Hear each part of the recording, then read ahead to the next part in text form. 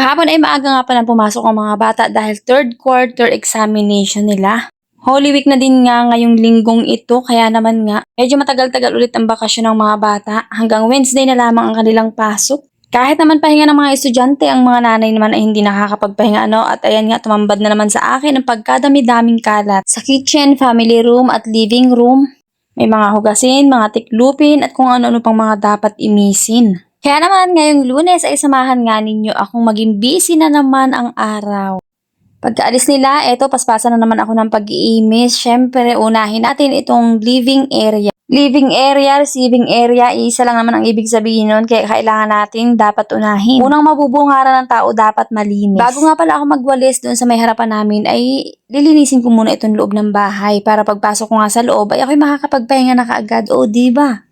Ang paglilinis naman ng bahay ay kailangan din natin ng time management at kailangan din nga natin ng diskarte kung alin ang ating mga uunahin. Ito namang mga ganitong gawain, idigay pa ulit-ulit na lamang na ginagawa, nakakaumay man din pero wala na nga tayong magagawa dahil stay at home mommy. Ang bonus na nga lamang nito ay ako nga ay kumikita dito sa aking pag-mini vlogs na ito. Kaya naman hindi ko ito kasasawaan at habang buhay akong maglilinis. So anyways, ayun nga, ako'y nagbubukas na ulit ng mga bintana ngayon dahil sobrang init. Summer na talaga at sobrang init talaga. Iling nyo na nga ni daw sa ibang lugar dahil yung mga lupa ay nagbibiakan. Maigi nga dito sa aming bahay dahil ang aming ng bintana ay itong jealousy ay ay di nabubuksan nga at yung hangin ay pasok na pasok. Ay kan ako kung yan ay nagkataon na yung sliding. Ay di ka nga ikakabiyak lamang ang mabubuksan mo kapag ang bintana ay sliding. Ay napakainit sigurado kung yung bahay namin ay naka-sliding din itong baba. Magbuhat nga pala mga moms nung nagpalit na nga ako ng kurtina. Meron nagsuggest sa akin na wag ko na nga daw buksan yung bintana. Noong hindi pa nga kasi nung mainit ay pabor na pabor din nga sa akin na hindi ako nagbubukas ng bintana kahit umaga at hindi pa nga mainit dito sa loob ng bahay namin. Tapos ang elegante din nga tingnan kapag yung mga kurtina ay nakalaylay. Hindi yung nakawahi ng ganyan Halos inabot din nga ng mga isang buwan na nakaganon nga yung setup ng aming mga kurtina. Pero ngayon nga hindi na maaari dahil sobrang pagkainit talaga.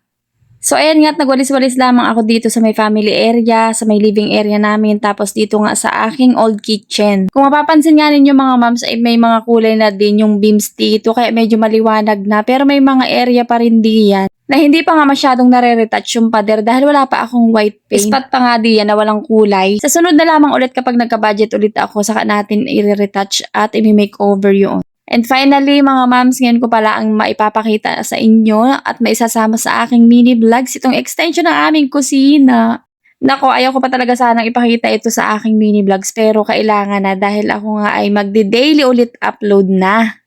So anyways, ito na nga pala yung aming extension ng kusina. Nalagyan ko na din nga pala yan nitong kurtina sa ilalim dahil yung ilalim baga ng lababo na yan ay wala pang tiles dahil nga iaabang baga doon sa ilalagay na cabinet. Gusto ko nga na modular cabinet kaso pagkamahal pala noon. At heto na nga natapos na ako makapaglinis sa kusina. Dito naman sa may family area namin na may naiwan na mga plantsahin ko, itinapos ko na din muna. Itong aming dining table ay palagi kong pinapakintabihan kahit hindi madalas makainan. Malinis na ang loob ng bahay, tiklupin na lamang ang naiiwan. Bago naman ako magtiklop diyan ay nagbihis na din nga muna ako at naglinis ng aking sarili dahil hindi naman ako makakaligo ngayon at meron nga akong dalaw.